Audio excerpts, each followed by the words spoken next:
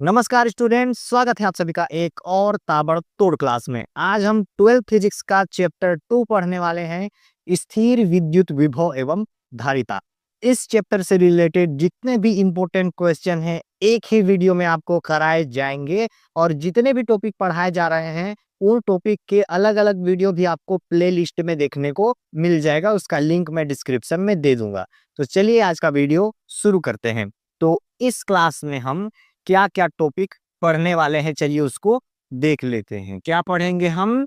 वैद्युत द्विध्रुव के कारण किसी बिंदु पर विभव, दोनों देखेंगे, अक्षीय स्थिति में, निरक्षीय स्थिति में भी एग्जाम में पूछा जाता है, इंपॉर्टेंट क्वेश्चन है। समांतर प्लेट संधारित्र की धारिता, ठीक है। तो समांतर प्लेट संधारित्र की धारिता ही, ये तो वेरी वेरी इंपॉर्टेंट है, ये तो आता ही है, वेरी इंपॉर्टेंट। धारिता ज्यादातर समांतर प्लेट संधारित्र की ही पूछी जाती है। अगला है आंशिक रूप से परावैद्युतांक पदार्थ की उपस्थिति में समांतर प्लेट संधारित्र की धारिता, ये भी देखने वाले हैं। संधारित्रों का संयोजन, ये भी देखेंगे हम, श्रेणी क्रम संयोजन भी देखेंगे, समांतर क्रम संयोजन भी देखने वाले हैं एक ही वीडियो में। इसके बाद बिंदु आवेश के कारण किसी बिंदु पर विभव, तो इसको करिए स्क्रीनशॉट, फिर आगे देखते हैं।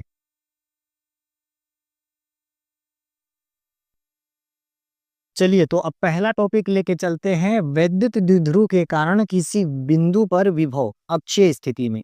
तो चूंकि हम वैद्युत द्विध्रुव के कारण किसी बिंदु पर विभव पढ़ रहे हैं, तो सबसे पहले वैद्युत द्विध्रुव को समझिए, बहुत छोटा सा कॉन्सेप्ट है, ठीक है। तो मान लीजिए ये कोई पॉइंट ए है और ये कोई पॉइंट बी है। ए पर कोई धन क्यू आवेश रखा है और बी पर कोई ऋण क्यू आवेश रखा है, और इन दोनों के बीच की दूरी बहुत अल्प 2L हो, तो इस पूरे निकाय को ही हम क्या बोलते हैं? वैद्युत द्विध्रुव बोलते हैं, ठीक है।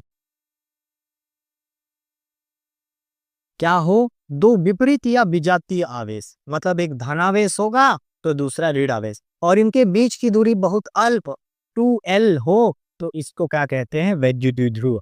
और इसका परिमाण क्या होगा?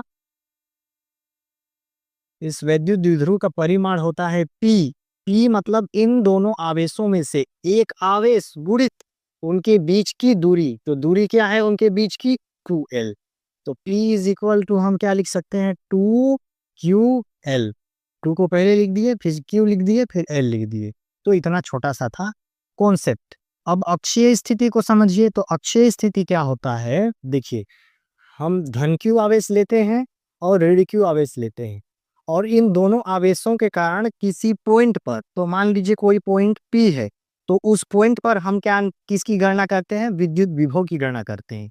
तो ये धनावेश, ऋणावेश, और जिस बिंदु पर हमको विद्युत विभव की गणना करना है, वो अगर ये तीनों एक ही रेखा में स्थित हो, तो इसी को अक्षीय स्थिति में कहा जाएगा भाइयों बहनों। एकदम इजी कॉन्सेप्ट है। तो चलिए अब टॉपिक पे चलते हैं। तो क्या होगा, चलते हैं टॉपिक पे, अच्छी स्थिति में देखते हैं, है ना, विद्युत विभव वैद्युत द्विध्रुव के कारण। तो क्या है, मान लीजिए कि ये पॉइंट बी है, यहाँ पर क्या रखा है? धन क्यू आवेश, ठीक। और ये ले लीजिए आप पॉइंट ए, यहाँ पर क्या रखा है? ऋण क्यू आवेश, समझ आ गया। और इनके बीच की दूरी यहाँ से यहाँ तक क्या है? 2L। इनके बीच की दूरी क्या है? 2L है। मतलब यहां से यहां तक की दूरी क्या है? 2L है। तो इसको अगर हम, इसका सेंटर पॉइंट, मूल बिंदु O लेके चले, तो इसको अगर हम बराबर भागों में बांटें, तो इधर भी L होगा, इधर भी L होगा, यहां से यहां तक L, यहां से यहां तक L, तो L L 2L। समझ आया? अब एक बिंदु लेंगे जहां पर हमको विद्युत विभव की गणना करना है, पॉइंट P लेंगे। तो मान लीजिए इन दोनों के, ये धन क्यू और ऋण क्यू आवेश के मूल बिंदु O से कितनी दूरी पर? R दूरी पर एक बिंदु P स्थित है, जिस पर हमको विद्युत विभव की गणना करना है। तो एक चीज निकाल लीजिए जिसका जरूरत बाद में पड़ेगा। देखिए बीपी हमको ज्ञात नहीं है, तो आप निकाल लीजिए बीपी। बीपी ज्ञात थोड़ी है, लेकिन हमको ओपी याद है। तो यहाँ से यहाँ तक की दूरी क्या है? ओ से पी तक की दूरी आर, और ओ से बी तक की दूरी क्या है? एल। तो आर में से एल को घटा दीजिएगा तो ये दूरी निकल जाएगा, तो बीपी का वैल्यू आर माइनस एल भाइयों बहन। और क्या निकालना पड़ेगा, ऋण आवेश के कारण बिंदु पी पर हम विभव ज्ञात करेंगे, तो हमको एपी भी तो निकालना पड़ेगा। तो एपी क्या हो जाएगा, देखिए ओ से पी हमको पता है आर, बचा कितना यहाँ से यहाँ तक, तो यहाँ से यहाँ तक कितना है एल, तो आर और एल जुड़ जाएगा, तो R plus L. Easy concept है। तो अब निकालिए धन क्यू आवेश के कारण बिंदु पी पर विभव, तो लिखिए धन क्यू आवेश के कारण, ठीक है, कहां पर, बिंदु पी पर विभव। तो हमको दो विभव निकालना है, तो पहले विभव को आप V1 लेके चलिए धन क्यू आवेश के लिए, क्या होता है 1/4 पाई एप्सिलॉन नॉट के ले लीजिए। के क्यों लीजिए, एक चीज और जोड़िएगा यहाँ, ये जो सब चीज रखा हुआ है, ये जो सिस्टम है, ये जितना तामझाम है वो परावैद्युतांक माध्यम के में रखा गया है, तो हम परावैद्युतांक के लेके चलेंगे, ठीक। इनटू क्या होता है किस आवेश के लिए, धन क्यू आवेश, तो क्यू लिखिए, है ना। अगर ऋण क्यू आवेश लेते तो ऋण क्यू लिखते। और इनके बीच की दूरी, ठीक है, इनके बीच की दूरी क्या है, एक धन क्यू आवेश और जहां पर विद्युत क्षेत्र विद्युत विभव ज्ञात करना है उसकी दूरी क्या है बीपी, तो लिखिए बीपी। इजी है। इसको मैं क्या लिख सकता हूं, 1/4 पाई एप्सिलॉन नॉट के और Q अपॉन बीपी का वैल्यू उठा के पटक दो, तो क्या हो जाएगा आर माइनस डेल। समझ आ गया, उधर मिटा रहा हूं, अब ऋण क्यू आवेश के कारण निकालेंगे भाइयों बहनों, मिटा दिया, ठीक।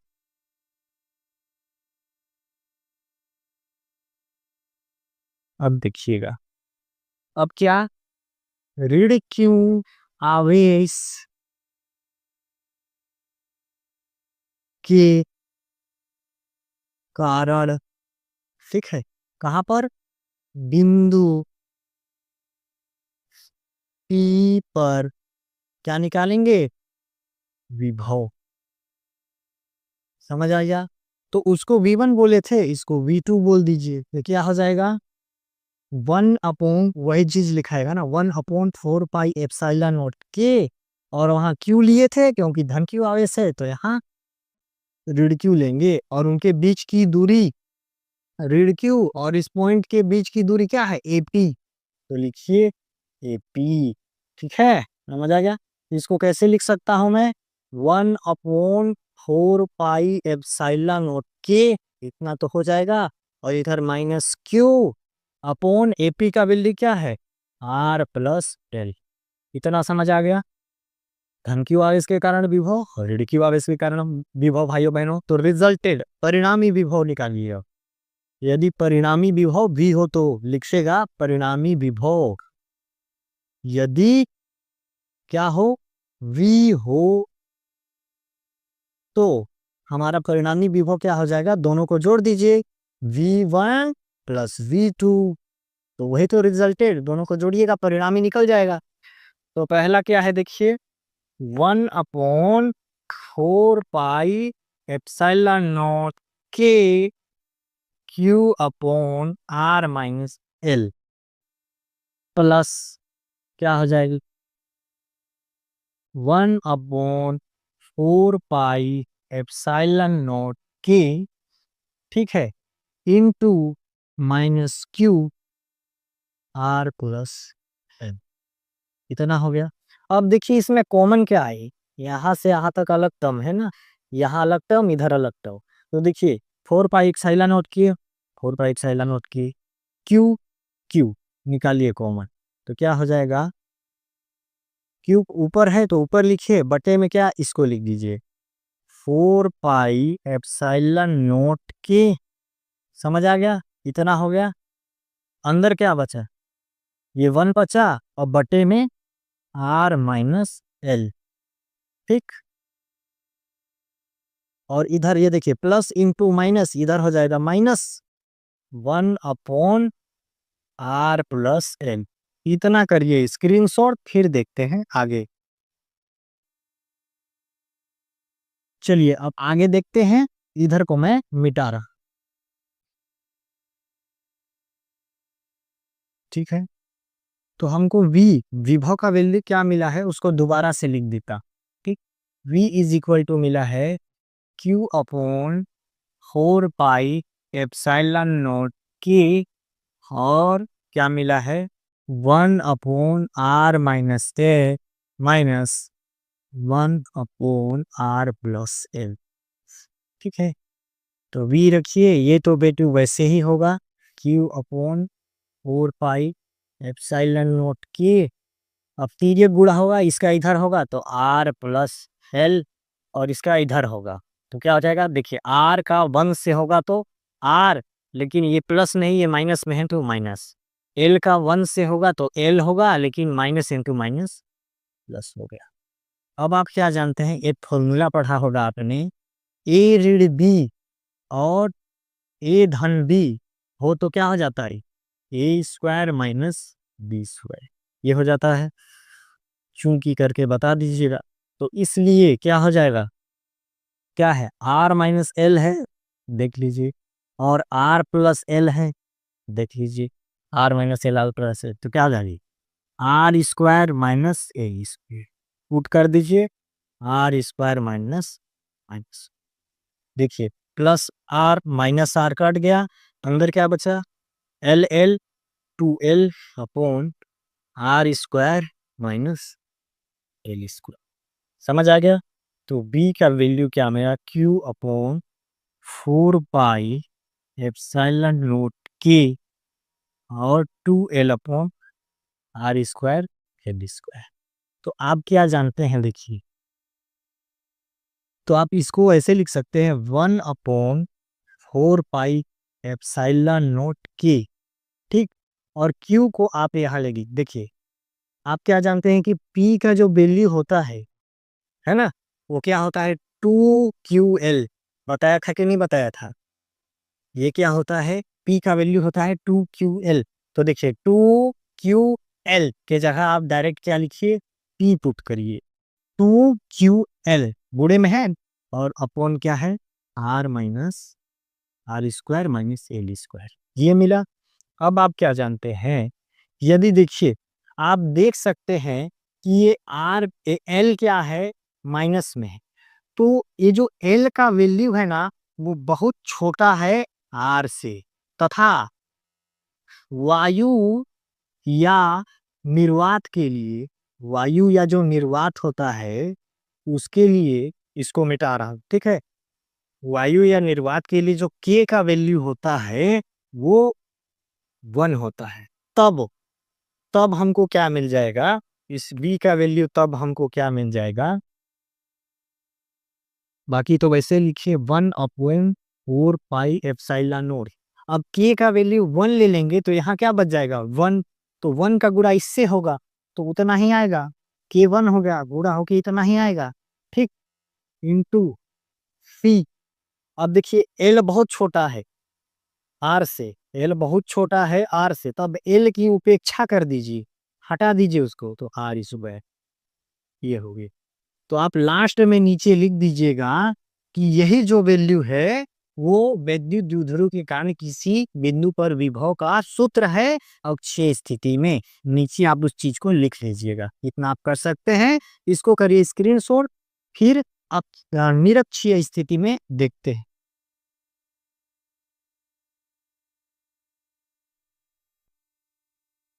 तो आपने अक्षीय स्थिति समझ लिया है, अब हम वैद्युत द्विध्रुव के कारण किसी बिंदु पर विभव निरक्षीय स्थिति में देखने वाले हैं। क्या होता है निरक्षीय स्थिति, समझिएगा। तो सबसे पहले वैद्युत द्विध्रुव लेते हैं और जो पॉइंट होगा उसको निरक्षीय स्थिति में लेंगे जहां पर विद्युत विभव ज्ञात करना है।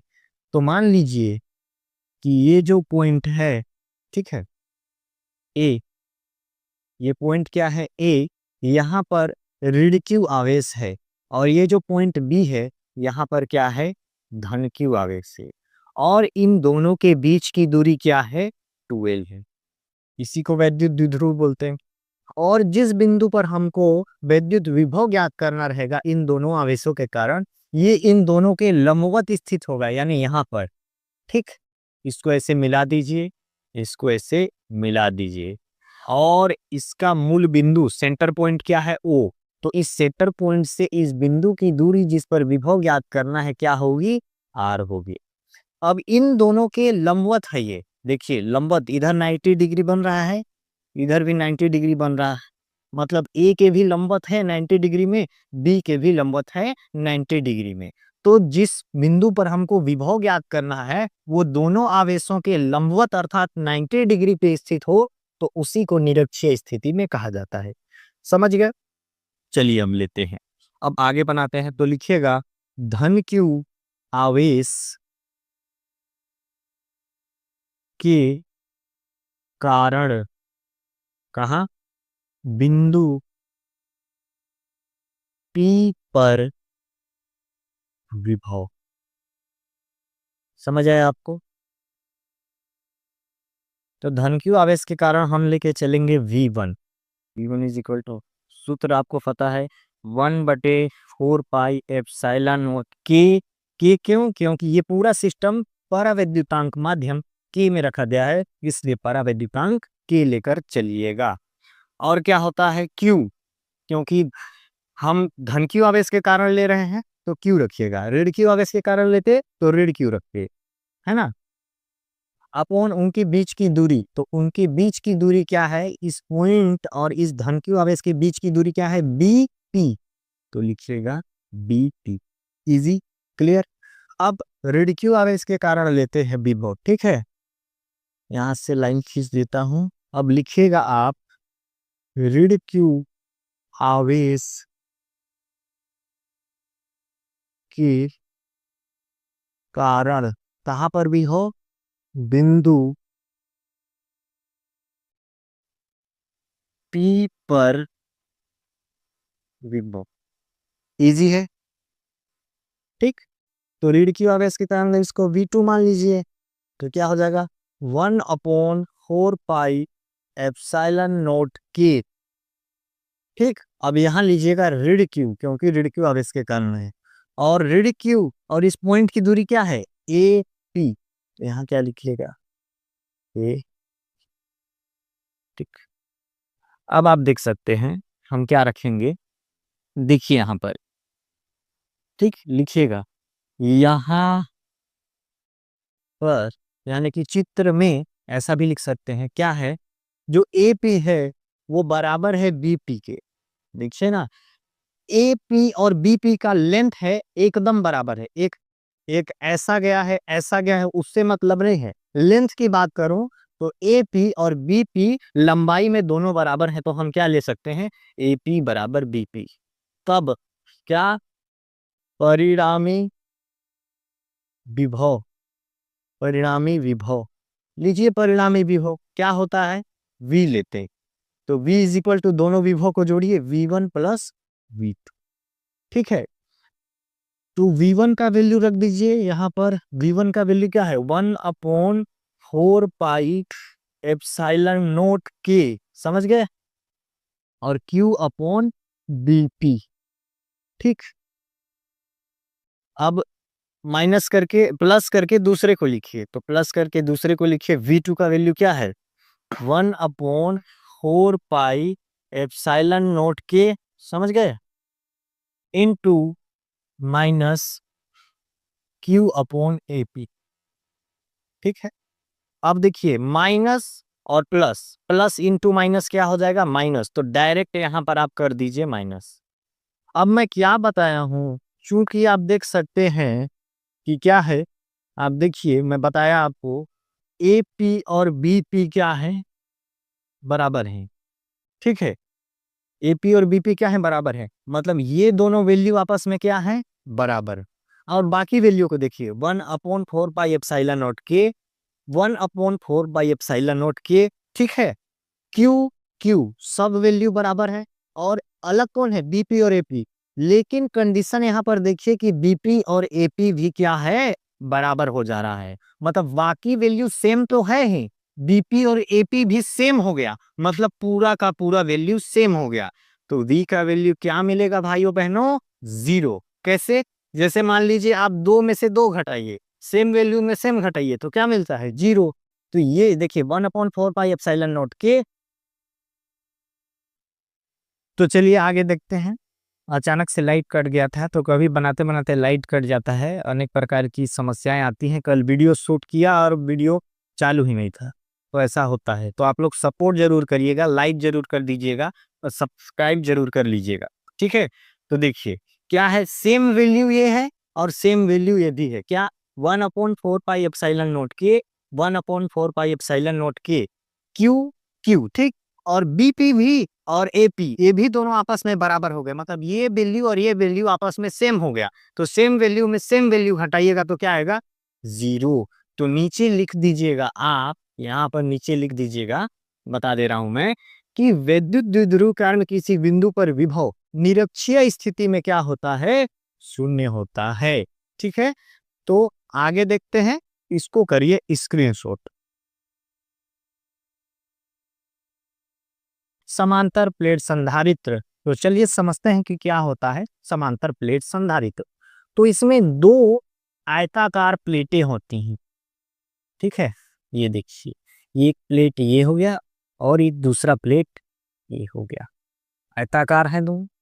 अब समांतर प्लेट इसलिए कहते हैं कि एक दूसरे के समांतर वो रखे हुए होते हैं, ठीक है।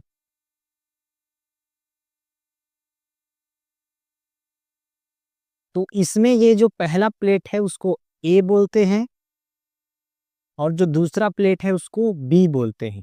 और बी को हम इसको कहाँ, इसका कनेक्शन हम पृथ्वी से कर देते हैं, ठीक है, इस प्रकार से। और हम ए को क्या देते हैं, आवेश देते हैं, धन क्यू आवेश देते हैं ए को, ठीक है। तो ये आवेश ए से बी की ओर फ्लो होने लगता है। क्योंकि आप देख सकते हैं ये जो प्लेट बी है उसका संबंध किधर है, पृथ्वी से है, ठीक है। तो जितना भी धन आवेश होगा वो पृथ्वी तल में चला जाएगा। इस बी के लिए जितना भी धन आवेश होगा वो पृथ्वी तल पर चला जाएगा। तो बी के समीपवर्ती तल पर यानी कि इस नजदीक वाले प्लेट पर केवल ऋण आवेश ही बचेंगे, ठीक है, क्योंकि धनावेश कहाँ चल गए, पृथ्वी पर। और इस बी के दूर वाले तल पर यानी इस ए वाले तल पर क्या बचेगा, धनावेश होगा, ठीक है। इतना समझ आया आपको। तो इस आवेश का जो फ्लो होगा वो इस धनावेश से ऋण आवेश की तरफ होगा, ठीक। और इन दोनों प्लेटों के बीच की दूरी आप डी मान लीजिए, यहां से यहां तक की दूरी आप क्या मान लीजिए, डी मान लीजिए, ठीक। और इन दोनों दोनों प्लेटों का, प्लेट ए का भी और प्लेट बी का भी, दोनों प्लेटों का जो क्षेत्रफल है वो ए है। ए क्या है, दोनों प्लेटों का क्षेत्रफल है। क्षेत्रफल क्या है दोनों प्लेट का ना, ए का भी और बी का भी क्षेत्रफल क्या है, ए है, ठीक। और ये जो पूरा तामझाम है, मतलब ये जो समांतर प्लेट संधारित्र है वो एक परावैद्युतांक माध्यम, परावैद्युतांक माध्यम में रखा है, ठीक है। ये पूरा कहाँ रखा है, परावैद्युतांक माध्यम के में रखा है। अब यदि मान लीजिए प्लेट ए, इस पर प्लेट ए पर आवेश का पृष्ठ घनत्व, पृष्ठ घनत्व क्या हो, सिग्मा होगी। क्या मान लिए, प्लेट ए पर, इस ए वाले प्लेट पर आवेश का पृष्ठ घनत्व सिग्मा है। तो बी पर आवेश का पृष्ठ घनत्व क्या होगा, प्लेट बी पर आवेश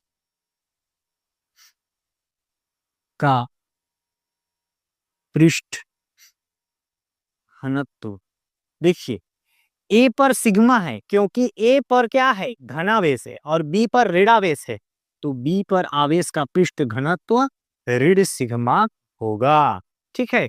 तब इस समांतर प्लेट संधारित्र की विद्युत क्षेत्र की तीव्रता, विद्युत क्षेत्र की तीव्रता किसके लिए, इस समांतर प्लेट संधारित्र की विद्युत क्षेत्र की तीव्रता ई बराबर होगा सिग्मा अपॉन के एप्सिलॉन नॉट।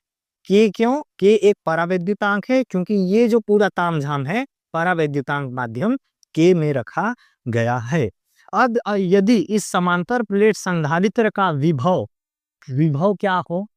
विभव V हो, तो इस समांतर प्लेट संधारित्र का विभव V हो, तो विभव का सूत्र होता है तीव्रता गुणित दूरी।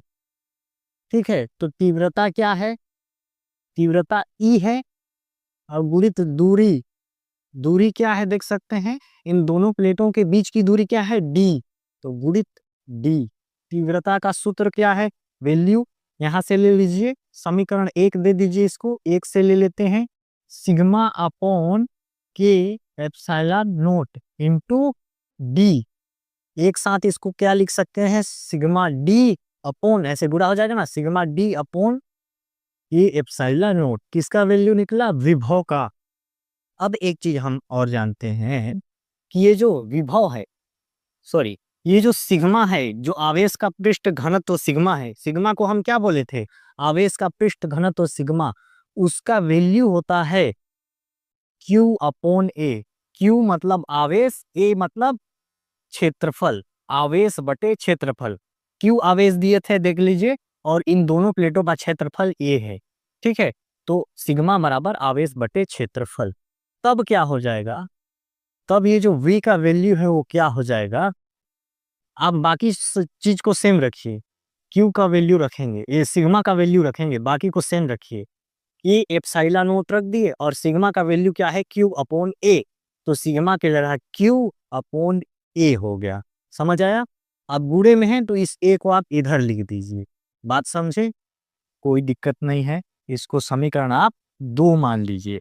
अब यदि इस समांतर प्लेट संधारित्र की धारिता, क्या इस समांतर प्लेट संधारित्र की धारिता अगर क्या हो? C हो, तो C धारिता होता है जिसका वैल्यू होता है Q अपॉन V।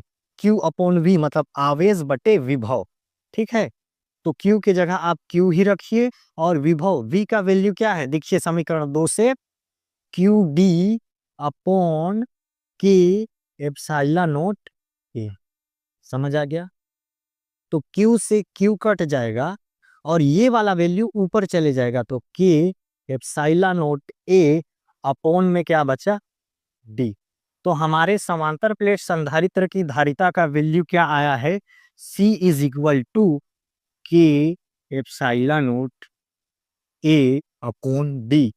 लास्ट में लिखिएगा, यही समांतर प्लेट संधारित्र की धारिता का व्यंजक है। C क्या है? धारिता। किसके लिए? समांतर प्लेट संधारित्र के लिए। तो लास्ट में लिखिएगा नीचे, यही समांतर प्लेट संधारित्र की धारिता का व्यंजक है। स्क्रीनशॉट कर लीजिए। आंशिक रूप से परावैद्युतांक पदार्थ की उपस्थिति में समांतर प्लेट संधारित्र की धारिता। तो चलिए डायरेक्ट टॉपिक में आते हैं, बात को न घुमाते हुए। तो क्या होता है देखिए, समांतर प्लेट संधारित्र मतलब दो संधारित्र एकदम समांतर एक दूसरे के आमने सामने रखे होंगे। तो मान लीजिए पहला संधारित्र है ए, और एक दूसरा संधारित्र लेते हैं, क्या लेते हैं? बी लेते हैं। ठीक, और बी का जो कनेक्शन है वो पृथ्वी से है, कर दीजिए। समझ आया?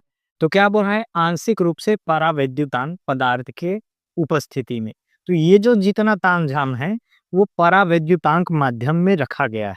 लिख देता हूं, परावैद्युतांक माध्यम में ये सब रखा हुआ। ठीक है, परावैद्युतांक माध्यम क्या है यहाँ पर? के में ये जो सब चीज है वो उपस्थित है। तो एक परावैद्युतांक पदार्थ लेंगे यहाँ पर। ठीक, ये बीच में लेंगे, देख सकते हैं, ये है परावैद्युतांक पदार्थ जो कि दोनों संधारित्रों के बीच में लेंगे। इसकी मोटाई क्या ले लेते हैं हम? टी ले लेते हैं। ठीक है, इसका थिकनेस, मोटाई कितना है? टी है। और इस ए से बी तक की दूरी कितनी है? डी है। ठीक, इस आंशिक रूप से परावैद्युतांक पदार्थ जो है उसकी मोटाई टी है, और ए से बी तक की बीच की मोटाई या दूरी डी है। तो ये जो बच गया जो खाली जगह उसकी मोटाई क्या होगी, इस डी में टी को माइनस कर दीजिए, तो खाली जगह जो कि वायु या निर्वात है उसकी मोटाई क्या हो गई, डी माइनस टी। इसमें इसको घटा दीजिए। अब देखिए, हम ए को धन क्यू आवेश देते हैं या फिर धन आवेश देते हैं, तो ये जो आवेश है ए से बी की ओर फ्लो होता है। तो आप देख सकते हैं ये जो बी का कनेक्शन है वो पृथ्वी में है, तो जितना भी धनावेश होगा बी के लिए वो कहाँ चले जाएगा, पृथ्वी में चला जाएगा। तो बी के पास केवल और केवल ऋण आवेश बचेगा। ठीक है, तो इसके समीपवर्ती तल पर केवल और केवल ऋण आवेश बचेगा और दूर वाले तल पर इसके कारण धनावेश उत्पन्न हो जाएगा। और इधर क्या हो जाएगा, इधर धनावेश है तो इधर ऋणावेश। समझ गए, इतना था कॉन्सेप्ट। चलिए अब आगे देखते हैं क्या होता है। अब यदि आवेश का पृष्ठ घनत्व, क्या लेके चलते हैं, आवेश का पृष्ठ घनत्व यदि क्या हो, सिग्मा हो तो ठीक, इस पूरे जो भी तामझाम है उसमें आवेश का पृष्ठ घनत्व क्या हो, सिग्मा हो, तो क्या हो जाएगा, सिग्मा बराबर क्यू अपॉन ए, आवेश बटे क्षेत्रफल।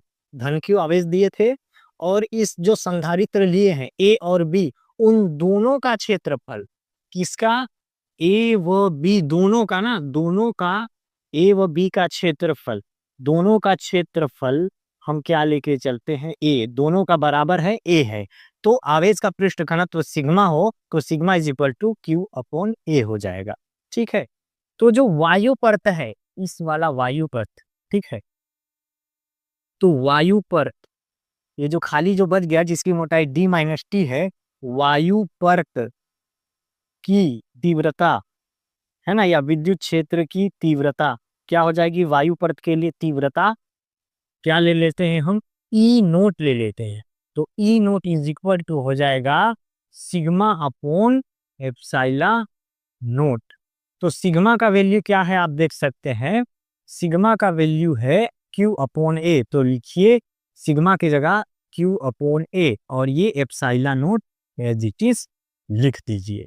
ठीक है, अब ये तो वायु परत के लिए तीव्रता हो गई। अब हम एक और तीव्रता लेके चलते हैं, किसकी तीव्रता लेके चलते हैं, इस परावैद्युतांक पदार्थ की तीव्रता। तो इसी प्रकार लिखिए, इसी प्रकार, है ना, परावैद्युतांक,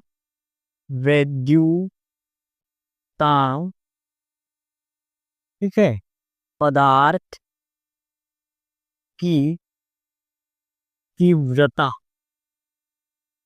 तीव्रता को हम क्या ले सकते हैं, परावैद्युतांक पदार्थ की तीव्रता को नीचे लिखता हूं, हम ई लेके चलते हैं।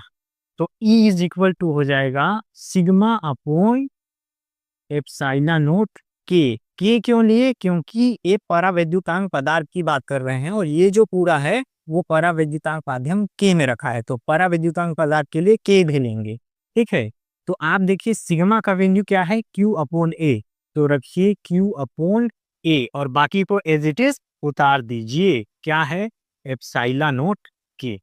तो वायु पर की तीव्रता क्या निकल गई, E naught is equal to q upon epsilon naught a, और परावैद्युतांक पदार्थ की तीव्रता निकल गई क्यू अपॉन एप्सिलॉन नोट के ए।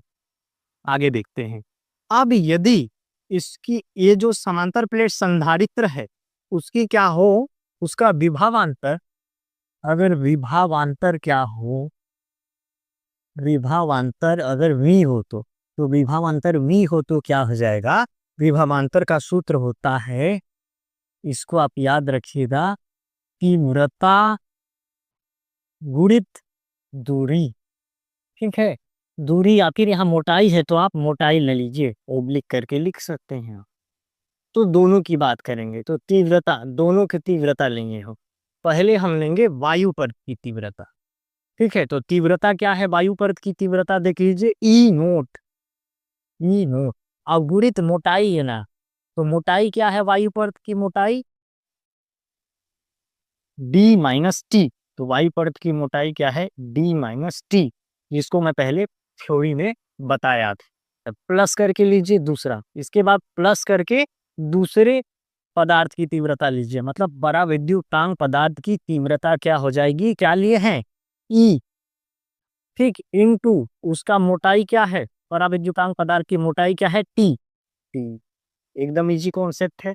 आगे देखिएगा, अब ई का वैल्यू क्या है, ई नोट का वैल्यू ये देखिए, q upon epsilon naught a, और जो बचा उसको वैसे लिख लीजिए, डी माइनस टी, ठीक है, प्लस ई का वैल्यू क्या है, देखिए ई का वैल्यू है Q upon epsilon naught a, q upon epsilon note के ए, और ये मोटाई क्या हो जाएगी, टी हो जाएगी।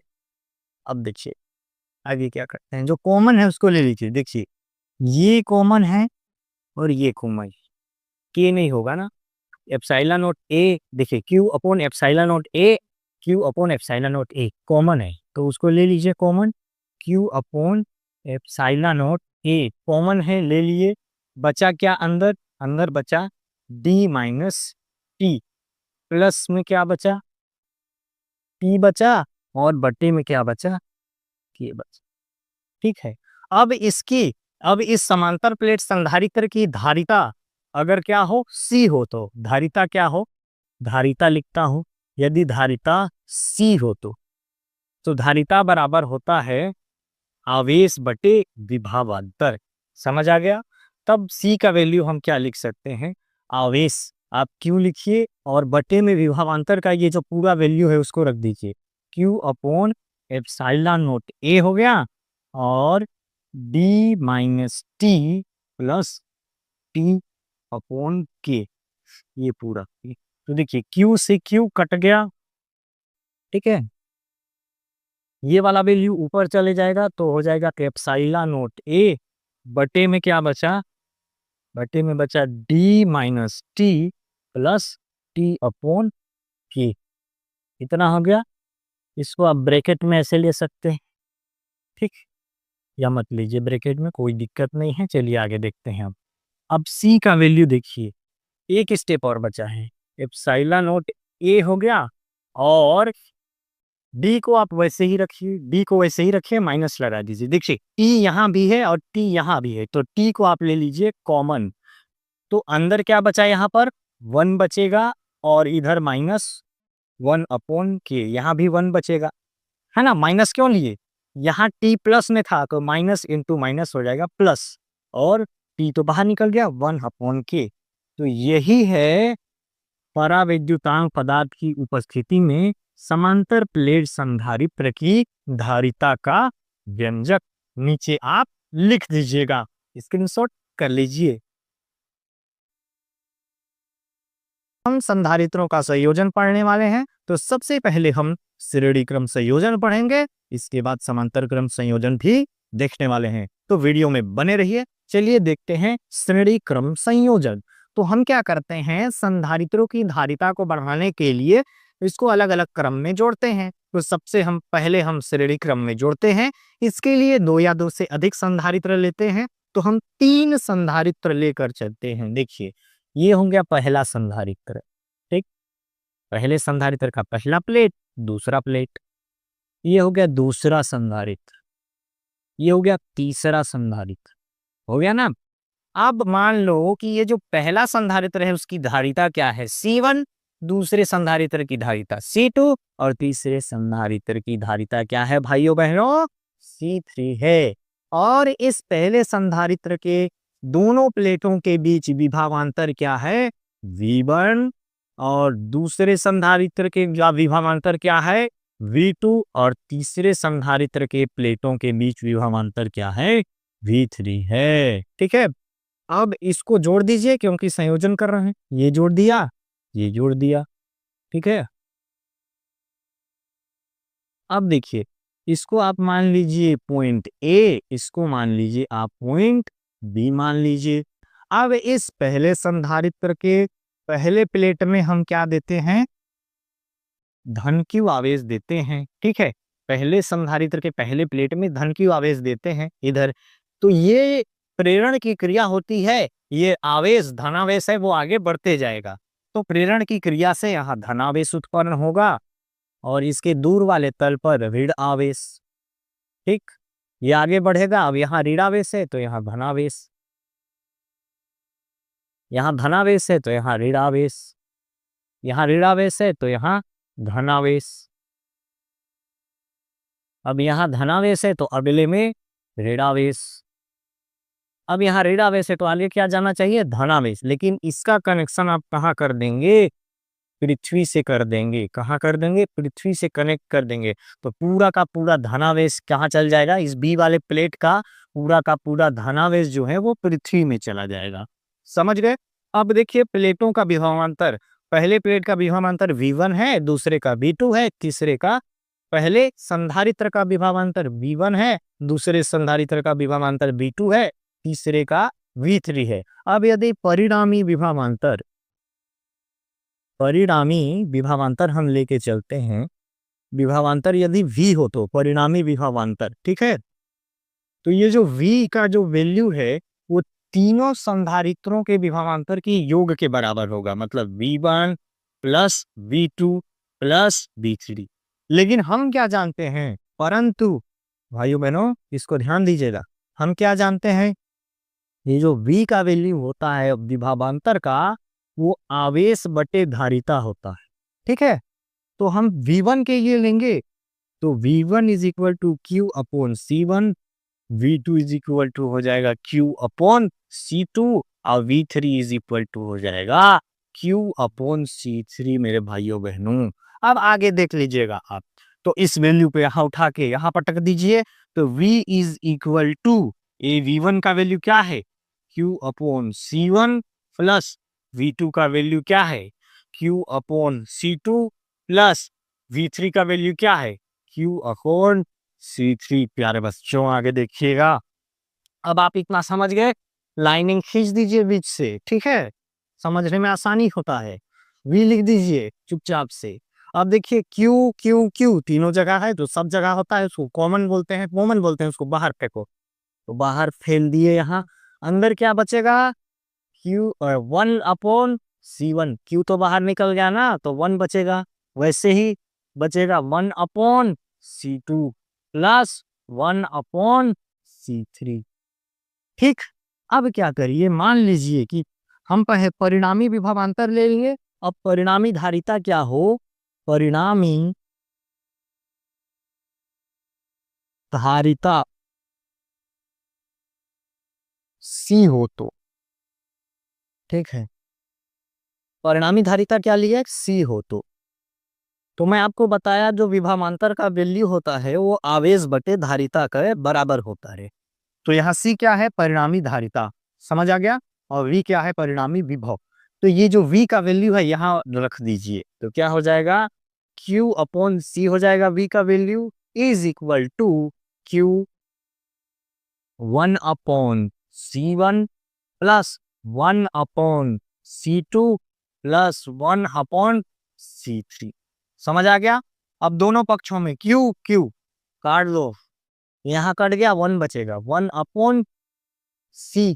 अब यहाँ भी 1 बचेगा, लिखने का जरूरत नहीं है, 1 से गुणा करोगे वही आएगा, जैसा है वैसा लिख दो, 1 अपॉन C1, 1 अपॉन C2 और 1 अपॉन C3। प्यारे बच्चों हो जाएगा, ठीक है। तो यही लिखिएगा कि जब हम प्लेटों का संयोजन श्रेणी क्रम में करते हैं तो हमको यही धारिता प्राप्त होती है, ठीक है। C को हम धारिता बोलते हैं, लेकिन बटे में लिख देंगे तो इसको धारिता का व्युत्क्रम बोलेंगे। तो श्रेणी क्रम संयोजन में जो परिणामी धारिता का व्युत्क्रम है, अलग अलग संधारित्रों के धारिताओं के व्युत्क्रम के योग के बराबर होगा। नीचे आप लिख लीजिएगा, स्क्रीनशॉट कर लो।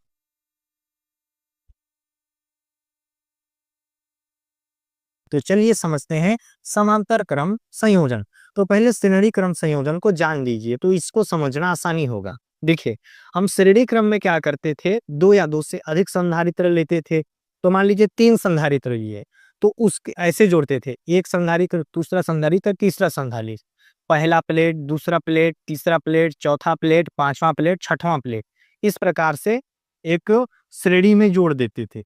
लेकिन हम क्या करेंगे, समांतर क्रम में देखिए 3 संधारित्र इस प्रकार से जोड़ेंगे, ये देखिए, ये हो गया पहला संधारित्र, ये हो गया दूसरा संधारित्र, ये हो गया तीसरा संधारित्र। अब देखिए, ये पहले संधारित्र का पहला प्लेट जस्ट सामने दूसरा प्लेट, दूसरे संधारित्र का पहला प्लेट जस्ट सामने दूसरा प्लेट, तीसरे संधारित्र का पहला प्लेट उसके सामने उसका दूसरा प्लेट। तो आमने सामने है, समांतर है। ठीक, अब इन तीनों को जोड़िए, आप कनेक्ट करिए। कर दिया कनेक्ट, इसको भी ऐसे कनेक्ट करिए। ठीक है, इस प्रकार से कनेक्ट कर दिया। अब यहाँ पर हम क्या करते हैं, इसको आप पॉइंट ए मान लो और इसको आप पॉइंट क्या मान लो, बी मान लो। ये समझ गए, मिटा दे रहा हूं। ठीक है, अब क्या करते हैं देखिए, अब हम यहाँ पॉइंट ए पर क्या देते हैं, धन आवेश, धन क्यू आवेश देते हैं। तो तीनों संधारित्रों में क्या होता है, वो बराबर बराबर क्या हो जाता है, बढ़ जाता है। तो समीपवर्ती तल पर क्या हो जाएगा, धन क्यू आवेश। ठीक है,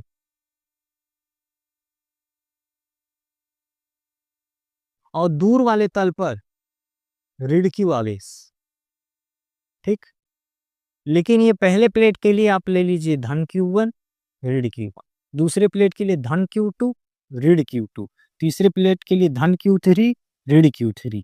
इस प्रकार से बराबर बराबर बट गया। ठीक, और इनकी धारिताएं क्या है, यहाँ पर C1 इसकी धारिता, C2 दूसरे प्लेट की धारिता और C3 तीसरे प्लेट की धारिता।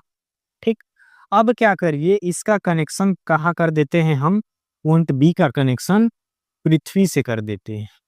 ठीक, इस प्रकार से होता है। अब देखिए, यहाँ धन क्यू आवेश दिए थे, तो वो आवेश तीनों संधारित्रों में बट गया। देखिए, धन Q1 ऋण Q1, धन Q2 ऋण Q2, धन Q3 ऋण Q3 हो गया। और धारिताएं C1 C2 C3, लेकिन जो विभवांतर होगा, ये पॉइंट ए से लेकर इस पॉइंट बी तक, ये सभी संधारित्रों के लिए एक ही होगा। वो क्या होगा, V होगा। अब हम देख सकते हैं, इसको हम परिणामी आवेश क्यू दिए थे, तो Q1 Q2 Q3 बट गया। तो हम परिणामी आवेश क्या लिए थे, ठीक, परिणामी आवेश हम क्या लेके चले थे, परिणामी आवेश उस चीज को मैं लिख लेता हूं, क्या लेके चले थे, क्यू लेके चले थे, जो कि तीनों संधारित्रों में Q1 Q2 और Q3 के रूप में बट गया। तो ये जो परिणामी आवेश होगा, तीनों के योग के बराबर होगा। अब आप एक चीज जानते हैं, जो Q जो होता है, Q आवेश जो होता है, वो धारिता गुणित विभव, ये होता है धारिता गुणित विभव। आवेश होता है धारिता और विभव का गुणनफल। तो यहाँ पर हम क्या करेंगे, जब Q1 के लिए लेंगे तो क्या हो जाएगा, धारिता पहले के लिए क्या हो जाएगा C1, और विभव तो एक ही है V। Q2 के लिए क्या हो जाएगा C2V, और Q3 के लिए क्या हो जाएगा C3, और क्या हो जाएगा V। इसको आप इक्वेशन 1 मान सकते हैं। ठीक है, तो क्या लिखिएगा, समीकरण 1 में मान रखने पर, समीकरण 1 में क्या करने पर, मान रखने पर। आगे देखिए, तो जब आप समीकरण 1 में मान रखिएगा तो क्या हो जाएगा, हमको क्या मिला था Q। ठीक है, अब Q1 का वैल्यू क्या है C1V, प्लस Q2 का वैल्यू क्या है C2V, और Q3 का क्या वैल्यू है C3V। बहुत बढ़िया, मैं आपको बताया। अब यदि क्या हो, परिणामी धारिता, ठीक, परिणामी धारिता यदि क्या हो C हो, तो C हो तो मैं क्या बताया था कि जो आवेश होता है धारिता गुणित विभव होता है। तो इस आवेश की जगह क्या रख दीजिएगा, इस वैल्यू को रख दीजिएगा, तो क्या हो जाएगा धारिता गुणित विभव हो जाएगा। यहाँ पर मान रख दीजिएगा। ठीक है, तो क्या हो जाएगा, यहाँ पर देखिए C1V plus C2V plus C3V। समझ आ गया। अब देखिए V V V तीनों जगह है, तो यहाँ क्या लीजिए आप, V कॉमन हो जाएगा, अंदर क्या बचा C1 plus C2 plus C3। अब देखिए इधर भी V, इधर भी V, V से V कट गया तो C का वैल्यू क्या हुआ, C1 plus C2 plus C3।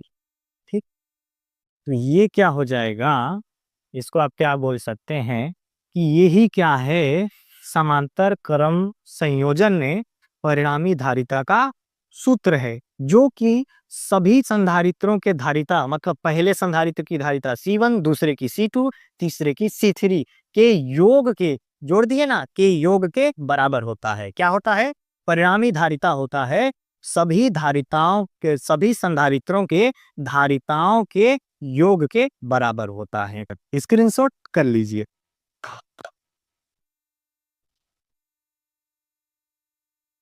बिंदु आवेश के कारण किसी बिंदु पर विभव, तो चलिए आज का टॉपिक शुरू करते हैं। तो हम बिंदु आवेश के कारण किसी बिंदु पर विभव पढ़ रहे हैं, तो किसी पॉइंट पर बिंदु आवेश लेके चलिए। तो मान लीजिए ये पॉइंट O है, ठीक है, इस पर हम एक बिंदु आवेश क्या लेते हैं, Q लेते हैं। समझ आ गया।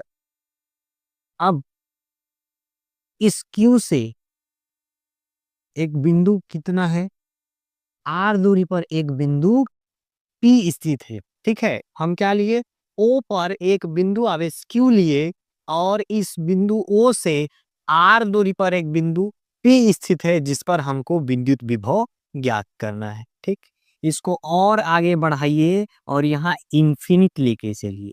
इन्फिनिट क्यों, क्योंकि विद्युत विभव क्या होता है, एकांक धनावेश को अनंत से विद्युत क्षेत्र के किसी बिंदु तक लाने पर किया गया कार्य को ही क्या कहते हैं, विद्युत विभव कहते हैं।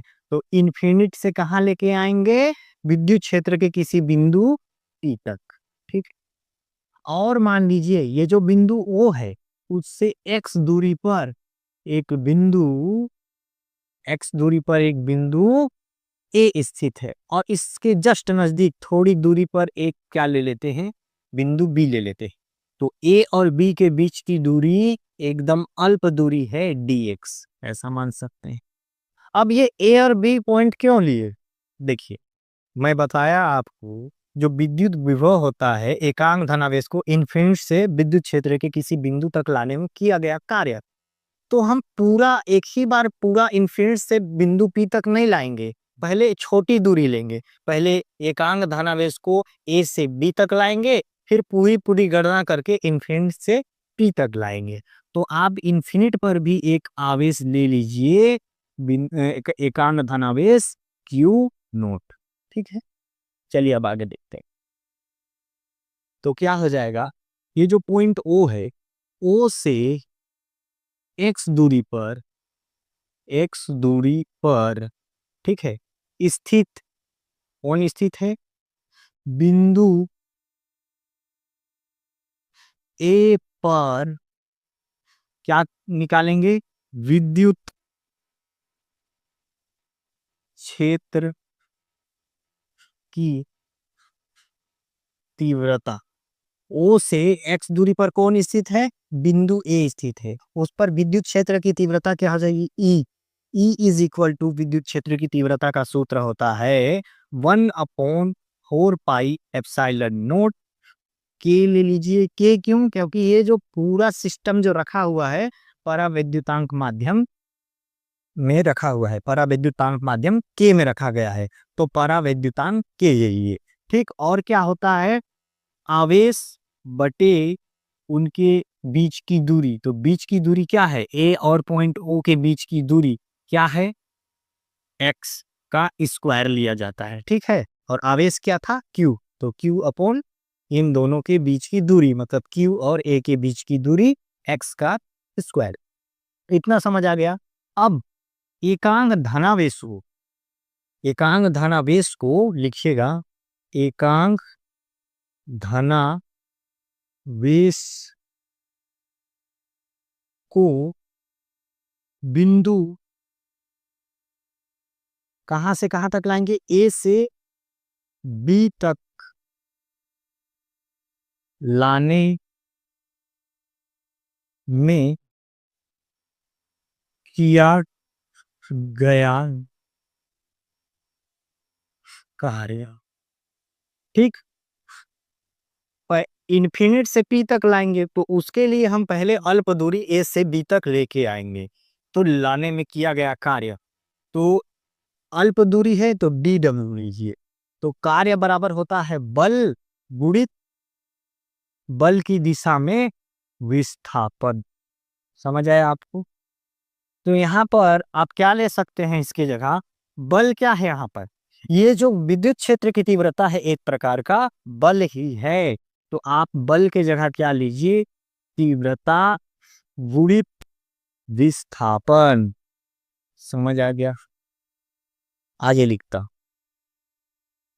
ठीक। अब देखिए आगे, तो डी डब्ल्यू का वैल्यू हम क्या लेंगे, तीव्रता हम क्या निकाले हैं देखिए, 1/4 पाई एप्सिलॉन नॉट के, ठीक है, क्यू अपॉन एक्स स्क्वायर। बिल्कुल आराम से समझिए, गुणित विस्थापन। तो विस्थापन क्या है देखिए, ए से बी के बीच विस्थापन या दूरी डी एक्स है, तो यहाँ पर क्या लीजिएगा, डी एक्स लीजिएगा, वही तो दूरी है ना। तीव्रता गुणित दूरी या फिर विस्थापन होगा तो क्या है, ए और बी के बीच की दूरी डी एक्स, लेकिन माइनस लगेगा क्योंकि उसको ए से बी तक लाएंगे तो तीव्रता के विपरीत दिशा में फोर्स लगाना पड़ेगा, इसलिए नेगेटिव का साइन लगेगा, माइनस हो जाएगा। समझ आ गया?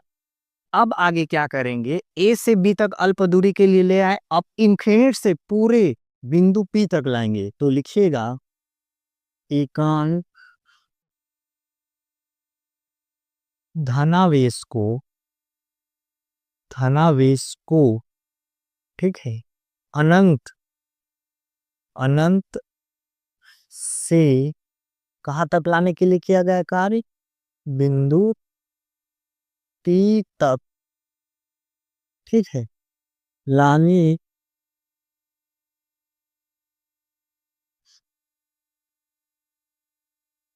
हेतु किया गया कार्य। ठीक, देखिए पहले अल्प दूरी लेके आएंगे ए से बी, ठीक, फिर पूरे इन्फिनिट से बिंदु पी तक लाएंगे। तो यहाँ क्या लिए थे, यहाँ पर डी डब्ल्यू लिए थे, यहाँ पूरा क्या लेंगे डब्ल्यू, लेकिन एकांक धनावेश को अनंत से बिंदु पी तक लाने हेतु किया गया कार्य, मतलब इन्फिनिट से विद्युत क्षेत्र के किसी बिंदु तक लाने गया के लिए किया गया कार्य को ही क्या कहते हैं, अर्थात विद्युत विभव या विभव, ठीक है। तो यहाँ W मत लीजिए, डायरेक्ट V लीजिए, ठीक। एकांक धनावेश को इन्फिनिट से विद्युत क्षेत्र के किसी बिंदु तक लाने के लिए किए गए कार्य को ही विभव कहते हैं, तो अर्थात विभव V लीजिए। कहां से कहां तक लाना है, इन्फिनिट से बिंदु P तक, ठीक। लाने के लिए किया गया कार्य क्या निकाले थे, DW रख दीजिए, 1/4 पाई एप्सिलॉन नॉट के, समझ आ गया, और Q अपॉन एक्स स्क्वायर, और ये क्या है डी एक्स, और इस माइनस को लिखिए सामने। समझ आ रहा? आगे लिखता हूं, यहीं पर लिखता हूं, ठीक है। तो देखिए ये जो Q हो गया और ये 4 पाई एप्सिलॉन नॉट के है, ये पूरा का पूरा वैल्यू क्या है, कांस्टेंट। तो Q और बटे में क्या है, 4 पाई एप्सिलॉन नॉट के, ये पूरा वैल्यू क्या है, कांस्टेंट है, तो इसके बाहर ले लीजिए आप, ठीक है। और यहाँ इन्फिनिट से आर, आर क्यों, इस पी के जगह आर ले सकते हैं क्योंकि इस आवेश क्यू और बिंदु पी की दूरी क्या है, आर है, ठीक है। तो यहाँ पर आप क्या ले सकते हैं, पी के जगह आर ले सकते हैं। समझ आया? तो क्यू और 4 पाई एप्सिलॉन नॉट के बाहर निकल गया, अंदर क्या बचा, 1/x² dx, और ये क्या था, माइनस था, तो माइनस को आप कहाँ ले लीजिए, सामने ले लीजिए, यहाँ पर। समझ आया?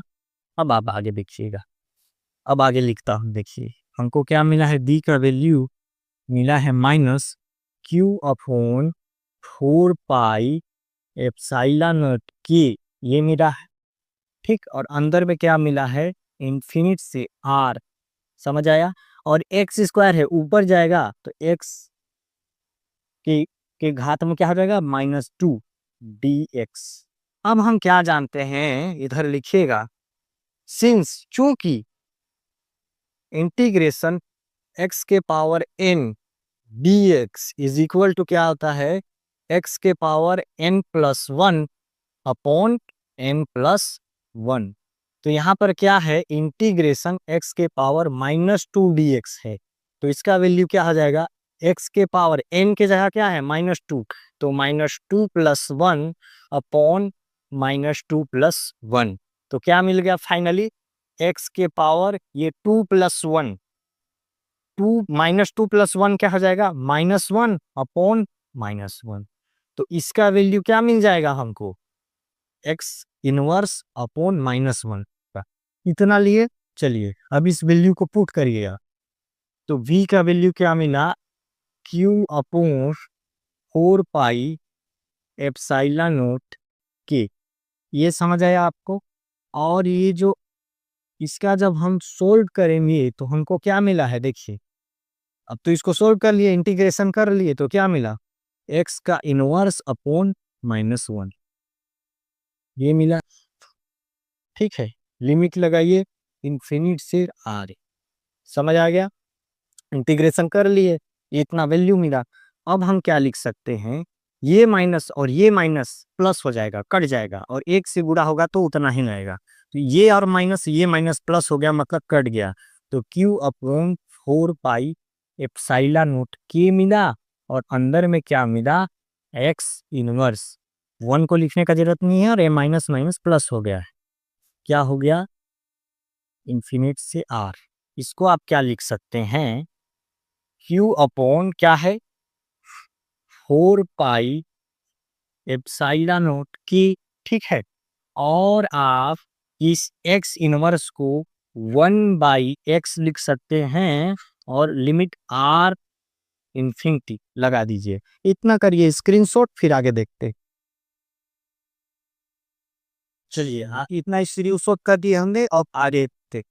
तो हमको बेसिक क्या भी रखा, बी का विभव का वैल्यू हमको मिला है q अपॉन 4 पाई एप्सिलॉन की, ठीक है। और क्या हुआ है, वर्क अपॉन का, वर्क अपॉन क्या हुआ है, एक्स, 1/x दोबारा से लिख दिया। और ये में क्या है, बोले हाँ ये क्या है, क्या होगा, क्यूब अपॉन 4 पाई एप्सिलॉन की। तो लिमिट रखिए, पहले ऊपर बाहर रखते हैं कि एक्स से जगह 1/r रखिए, ये माइनस तक के नीचे वाला केस 1/e3। ये जो 1/e3 के समय ये क्या आ रहा है, 0, ये खत्म, तो ये देरी के वन बचा, इससे कर दीजिए पूरा, क्या आ गया, Q upon 4 pi epsilon you की। और इस वाली टर्म से का उदाहरण 1/, का फिर इससे का हुआ जो 0 है, इसका भी तो 0 आ रहा, उसको मत देखिए, ठीक। तो आप इस पैसे लिख सकते हैं, इस बात को इधर लिख दीजिए क्योंकि दिन है, वाट रखो 4 पाई एप्सिलॉन के, और क्यू अपॉन क्या कह है, तो यही क्या होता है, बिंदु आवेश प्रकार किसी बिंदु पर दिखाव का शुद्ध है। ये दीजिएगा, यदि बिंदु आवेशी पैटर्न, बिंदु आवेश के पास किसी, ठीक है, बिंदु पर विभव का सूत्र, समझ आ गया। तो यही था आपका कॉन्सेप्ट। मिलते हैं अगले वीडियो में एक और आवर्त टॉपिक के साथ। जय हिंद, जय भारत। स्क्रीन शॉट कर लीजिए।